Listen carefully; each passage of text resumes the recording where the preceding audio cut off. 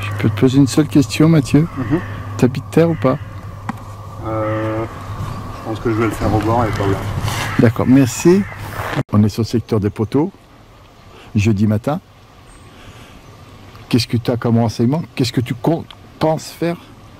Un peu comme tout le monde, j'ai envie de dire, un coup, juste un seul coup à gardon à la canne. À combien? Entre 11,50 et 13 mètres suivant le sondage. Ok. Pour éviter les cailloux entre guillemets que j'ai dans ma vase. Ok. Je pense que ça c'est pour éviter les gobies. Sinon dans les cailloux c'est un peu trop de gobies. Un coup pour les gobies, si mais je les ai pas encore pêchés, je sais pas comment on pêche non plus. Ah, t'as jamais pêché le gobies? Non. Ah, là, là. Oh, je pense que tu as des renseignements, on peut dire quand même que tu Je vais m'entraîner cet après-midi au gobies. Ailleurs? Ouais, je vais ailleurs. Parce que tu pourras pas partir de midi où tu vas dire. Non mais après il y en a partout donc je vais aller les pêcher ailleurs. Pour essayer de comprendre. Il y a des trucs à comprendre, Ouais, c'est une réalité. Aller tapoter sur le fond ou un truc comme ça. Ah, c'est bien. Donc tu vas faire un coup à gobies en fonction du fond où tu verras si tu... C'est même pas un coup, tu fais même pas amorcer donc... Ouais. Après, alors qui t'a dit ça? Des grands champions. C'était Stéphane Potelet? Oh, faut pas faire confiance à ce gars-là, moi j'ai aucune confiance à ce gars-là, il va te dire n'importe quoi. T'as la chance d'être au SPP 87 et c'est votre force. J'arrête pas de le dire. Votre force c'est que vous échangez tout et après à vous de gérer. Vous faites le briefing en fin de tous les soirs, en gros? On peut se ramasser, mais okay. Après chacun fait un peu ce qu'il veut. Ah bah, après, il y a ton ressenti aussi. Mais t'as ton ressenti. Ah oui, je pense pas qu'on va tous faire la même chose ce week-end. Oh, ça sera assez similaire, je pense. Mais donc, en fin de compte, 2 coups, toi, t'annonces? Ben, moi, je veux faire qu'un coup à gardon. Des fois, il y en a qui veulent faire 2 coups. Oui. C'est pour avoir plus de chances de prendre un gros poisson dedans en pêchant à la canne que me fermer à 10-11 mètres et avoir un coup à 13 mètres. Mais c'est pas gênant, comme vous êtes tous en ligne, si tu pêches à 11,50 et que si toi tu pêches à 11,50, tu risques pas de te faire enfermer par ton voisin qui sera à 13. Une histoire de juste avoir un coup, moi, que 2 coups. Genre, forcément, si je fais un coup en 50 et un coup à 13 mètres... C'est trop près pour moi. Pour moi, ça dérange pas, mais le problème, c'est que si tu pêches à 11,50 tes gardons, t'as moins de chances de faire une brème, tu vois, que... Ah oui, à risque de te rester cantonné à 13 mètres et attendre. Par exemple, si tu fais un coup à 10 mètres qui marche très bien au gardon, là, c'est bien, tu vas faire 2-3 kg de gardon, mais est-ce que tu vas prendre un gros poisson dedans ou pas? Les probabilités sont moins grandes, quoi.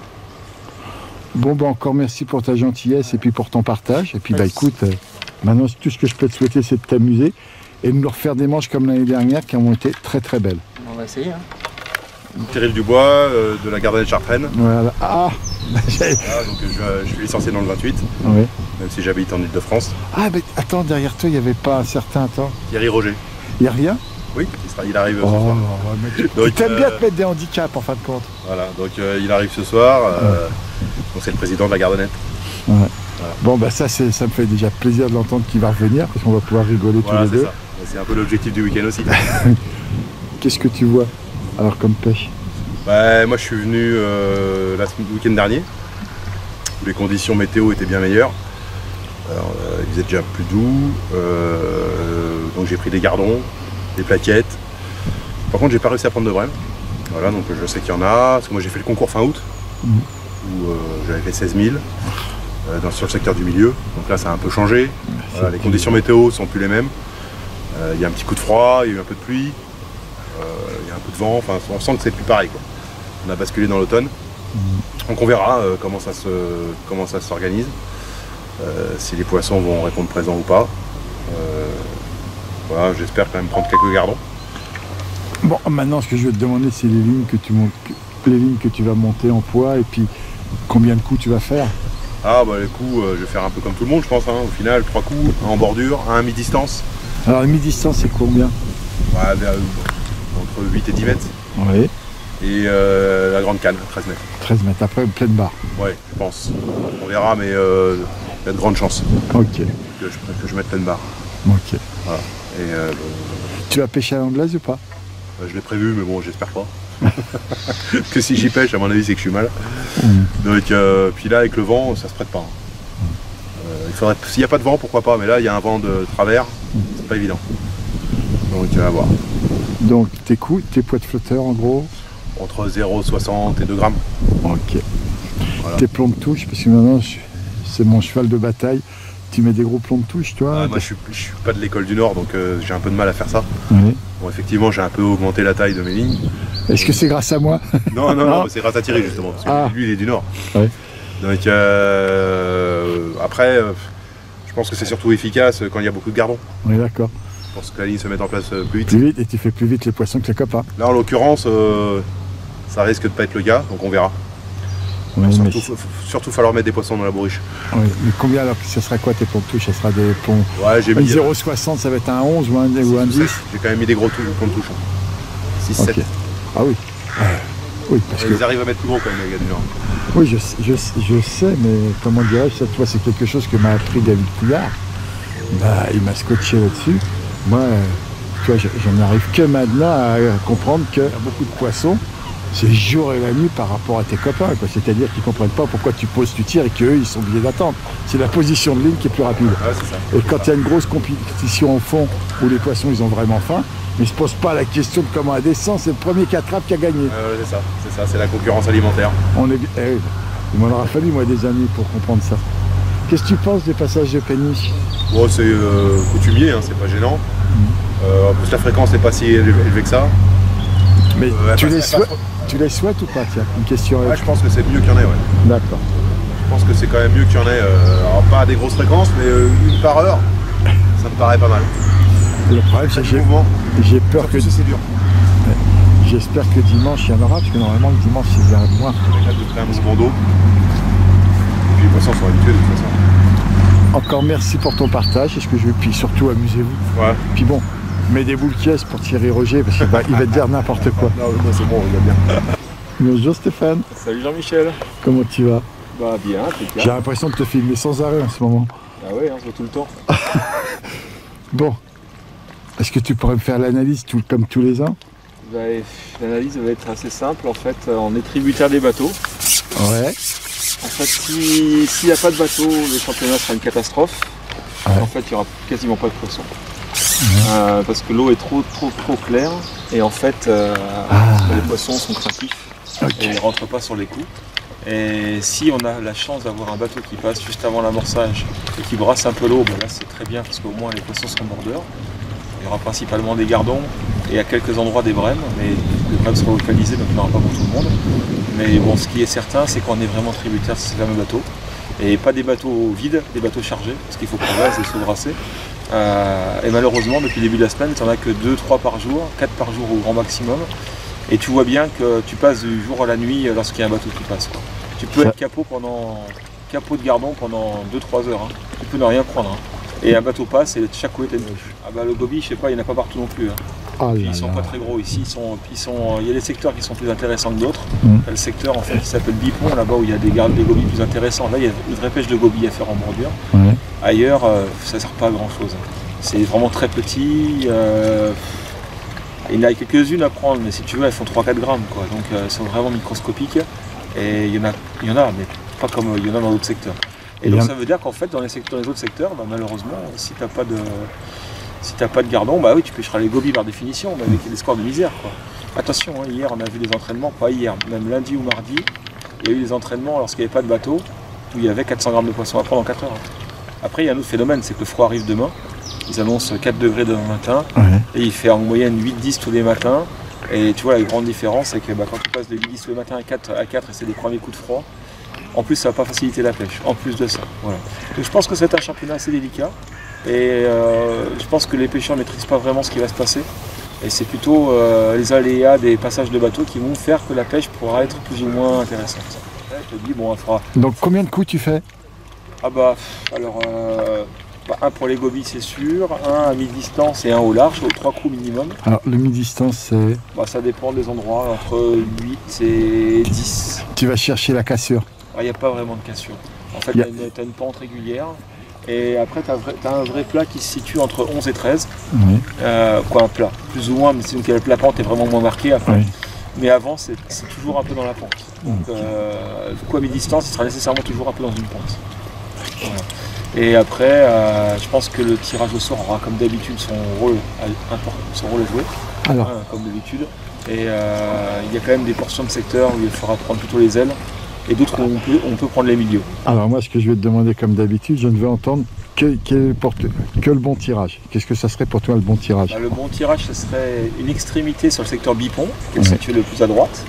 Donc, parce que là-bas, c'est plutôt une pêche de gardon dominante, et quand c'est une pêche de gardon en canal, souvent les ailes dominent. Donc soit le 1, soit le 15, voilà. Ou le 2, ou le 14. Voilà, ça c'est les meilleures places. Okay. Après, le secteur d'après du milieu, je pense justement que ça fait une espèce de courbe, et les places du milieu ne seront pas spécialement mauvaises. Donc, le milieu, voire les gros numéros.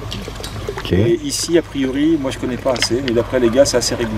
Voilà. Pourtant, vous avez gagné un championnat des clubs. Ouais, mais c'était au mois de juillet, il faisait chaud, les poissons mordaient. Là, il commence à s'arrêter de mordre. Voilà, c'est la différence. Là, on est un peu trop tard en saison. Tu sais pourquoi? C'est à cause du championnat du monde. Oui, c'est à cause du calage du championnat du monde qui était un peu trop tard. Parce qu'il a été recalé d'une semaine plus tard que les autres années cette année. Et du coup, ça redécale le championnat de France d'une semaine de plus. Voilà. Okay. C'est tout ça, tous ces paramètres-là qui font que c'est vrai qu'il semblerait que la semaine dernière, les poissons mordaient encore très très bien, parce qu'il faisait pas froid. Et là, malheureusement, cette semaine, c'est la semaine de trop, j'ai l'impression, pour pouvoir faire des très belles pêches. Voilà. Encore merci pour ta gentillesse, je le redis. Je t'en prie. Puis pour ton partage. Maintenant, tu sais très très bien que tout ça, je le garde jusqu'à pendant 2 mois. Je sais bien. Et à plus. Salut Jean-Michel. Salut. À plus. Là, typiquement, Jean-Michel, là, on a un bateau qui passe. Et celui-là, malheureusement, c'est un bateau, mais il n'est pas assez chargé. On voit qu'il est vide. Et il ne va pas faire assez de mouvement pour brasser la base, en fait. Et ce qu'il faut, c'est que ça brasse la base pour que ça trouve l'eau. Tout simplement. Voilà. Et au championnat du monde, quand il en passait un plus gros que ça, on s'arrachait la tête. Ça retirait tout. Tous pendant une demi-heure. Parce qu'il y a quand même un tirant d'eau qui est beaucoup moins grand. Il dure le temps du passage de la péniche, si tu veux, même s'il est fort, même si ça tire un peu les ailes, justement, c'est ce qui fait attirer les poissons. C'est ce qui va, parce que sinon, c'est un étang. En fait, là, tu pêches dans un canal, mais c'est un étang en fait. Et c'est ça qui va alimenter un peu de courant et un peu d'activité. Les poids de flotteurs que tu vois. Comment? Les poids de flotteurs. Ça va aller de 0,6 à 2 grammes, suivant les pêches que tu veux pratiquer. C'est assez calé dans ces eaux-là. Et là, des petits plombs de touche, des choses comme quoi, des trucs. Des petits ou des gros, ça dépend des endroits. Ça dépend. Les petits, oui et non. Pas des petits plans de touche, pas trop. Si tu pêches les gardons, il faut des plans de touche assez gros quand même. Est-ce que tu appelles, soit à 0,60, tu mettrais un. Sur un 0,60, tu ne mettrais pas des gros plans de touche, que là c'est la ligne légère, c'est la ligne fine. Mais sur un 1 gramme, tu peux mettre jusqu'à numéro 7, voire 8, tu vois 7, 8, c'est quand même des gros plans de touche par rapport à ce qu'on fait dans les étangs traditionnels. Et sur ta 0,60, un 11 ou un. Ouais, c'est un 11, c'est classique. C'est classique. Bon, allez, on va s'installer. Ouais, je te fous la paix. Renard. Ça fait à combien de fois que tu participes? La deuxième. La deuxième. J'étais arrivé en première l'année dernière, c'était aux EL. J'ai réussi à me maintenir et puis là, me voilà à Ham, en espérant de faire pareil. Un parcours très compliqué. Et puis. Après, ce que je vais te poser comme question par rapport à l'année dernière, le tirage est quand même plus important que l'année dernière. Je pense, oui, il reste très très important. Avec des zones plus ou moins de poissons sur le secteur de 15, ça va se voir fortement. Après. Est-ce que derrière toi, tu auras Michael Akionis? Non, il n'a pas pu avoir ses journées. Là, il sera pas là. Ah, bah ça. Voilà, c'est ta première participation? La première, ouais, la première. Écoute, je pense que tu n'arrives pas au bon moment. Je pense, mais bon, un autre parcours aurait été un petit peu mieux pour nous, je pense. Je pense que ce parcours, il va être, d'après ce qu'on me dit, il est tellement atypique que même les gars du coin...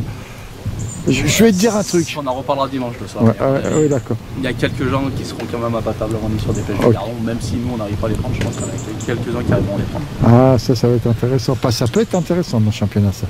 De voir si certains arrivent à sélectionner les gros. Je pense à quelqu'un qui est capable de nous faire ça. Ouais, on en parle souvent. Je pense qu'on pense au même. Didier? Ouais, Didier, David Pouillard. Ah, merci. Monsieur Woodboot, enfin, tous ces gens-là qui sont du coin, qui connaissent le parcours. Je vais dire comme donc tu me dis que c'est cela qu'il faut que je surveille? Je dis que surtout s'il y a une pièce à mettre, je pense que ça sera entre ceux-là. Après, ce que je peux te dire qui n'est pas bien, c'est qu'il est évident, par exemple, j'aime beaucoup David, tout le monde le sait. Il a été super gentil avec moi, il a fait une super vidéo avec moi. Ce que je veux dire par là, c'est que le problème, je ne lui dirai pas, Mais quand tu es du coin, quand tu tires, tout de suite, lui, il va savoir si... Ça reste un championnat. Championnat, si... Non, mais quand il va tirer, quand il va tirer, il va savoir s'il est hôpital ou podium. Qui c'est qui mène? Alors que toi, tu ne sauras pas forcément. On ne saura pas, on n'aura pas la même approche. Voilà. Chez ce qu'on s'est pêché, parce que les gars, de toute façon, je crois qu'on est dans le nord, on n'arrive pas à en prendre pas autant qu'eux. Donc on fera comme la pêche qu'on sait faire. Un peu le brème, là, c'est ça? Et nous, on a toujours cassé de prendre des brèmes, il y a des brèmes à prendre. On prendra peut-être des perches, il y a des perches à prendre. Ah oui, j'ai vu, tu as fait 1 kg de perche. Ça a l'air d'être un bloc, hein. Attention aux herbes. En 2 heures, c'est pas si mal. C'est pas bon signe parce que quand les perches mortes, ça veut dire que, comment dirais-je, l'eau s'est refroidie C'est ça. et il n'y a plus que ça qui mord. Il n'y a plus que ça qui mord, mais bon, après, voilà, après c'est des touches. Déjà, il y a des touches. Parce que Ouais, les deux autres secteurs qu'on a fait les deux jours précédents, c'était pas la même. C'était pas la même. Alors, mis à part le premier jour avec les brèmes, où là, c'était un peu. Là, il fallait les prendre, mais bon, il y avait des brèmes, il y avait que ça. Et hier, le secteur des poteaux, ça a été plus que compliqué. Bon, bon, encore merci pour ta participation. Puis bah, écoute, amuse-toi et puis prends bon Exactement. souvenir. On est avec les amis, les copains, c'est l'essentiel. S'il fait beau, on aura tout gagné. Même si moi j'ai la chance de te connaître. À Victor Chambon, de la Garenne de Chartraine, de Chartres. Alors, c'est à combien de participation là? Ah, tu as tout ça. Ouais. Alors, qu'est-ce que tu penses du parcours? C'est pas notre truc. Ouais, non, on verra bien. On verra. T'es pas chaud bouillant quoi. Ah, les canaux, non, c'est pas la chose qu'on maîtrise le mieux chez nous. Comme Arnaud Dupin qui est en train de tout plier, vous savez rien. Ah ouais, c'est ça. Ah, il faut bien Oh. Mais à quoi ça sert d'avoir une expérience comme lui et de pas être capable de nous dire ce qu'il faut faire? Hein? Tu vois, nous on est persuadés que vous savez toujours tout. Aïe. Bon, j'espère que vous vous trompez tous et que vous allez vous amuser. Oui, on aura quelques poissons quand même. Enfin, il faudra voir. Écoute, je vais pas plus vous retourner le couteau dans la plaie, ça me fait... Écoute, quand je suis là, en tous les cas, les brèmes, c'est à ce moment-là qu'il faut les faire. D'accord? Pas quand je... Encore merci, puis prends du plaisir que tu veux. Puis c'est les championnats, c'est comme ça. Puis la galère, ça sera pour tout le monde s'il y en a une. Donc voilà. Oh, plus ou moins. Ouais, oui, tu es en train de dire que ceux qui sont un peu plus forts sur le canot pourraient être plus gênants. Ouais, peut-être. Mais c'est pas dit, parce que... Ceux qui vont bien tomber. Voilà, ça je croirais plus à ça. C'est pour ça que peut-être qu'il va être plus ouvert. De l'autre côté. Oh, merci. Non, mais là, ça fait vedette. Ben, c'en est une. Encore merci pour ta gentillesse et pour avoir fait l'effort, parce que je vois bien que tu adores ça. Ça serait Greg qui serait devant. Merci. Oui, je crois qu'il y en a 6 ou 7 là. Après, il y en a un qui est pas mal non plus. Ah, écoute, ben, continue. Continue parce que ça te réussit bien. Ah oui. En parole au moins. Grégory, il en a 7. Après, il y en a 2, 3, 4. Au début, ça va faire vite, ça s'arrête pas.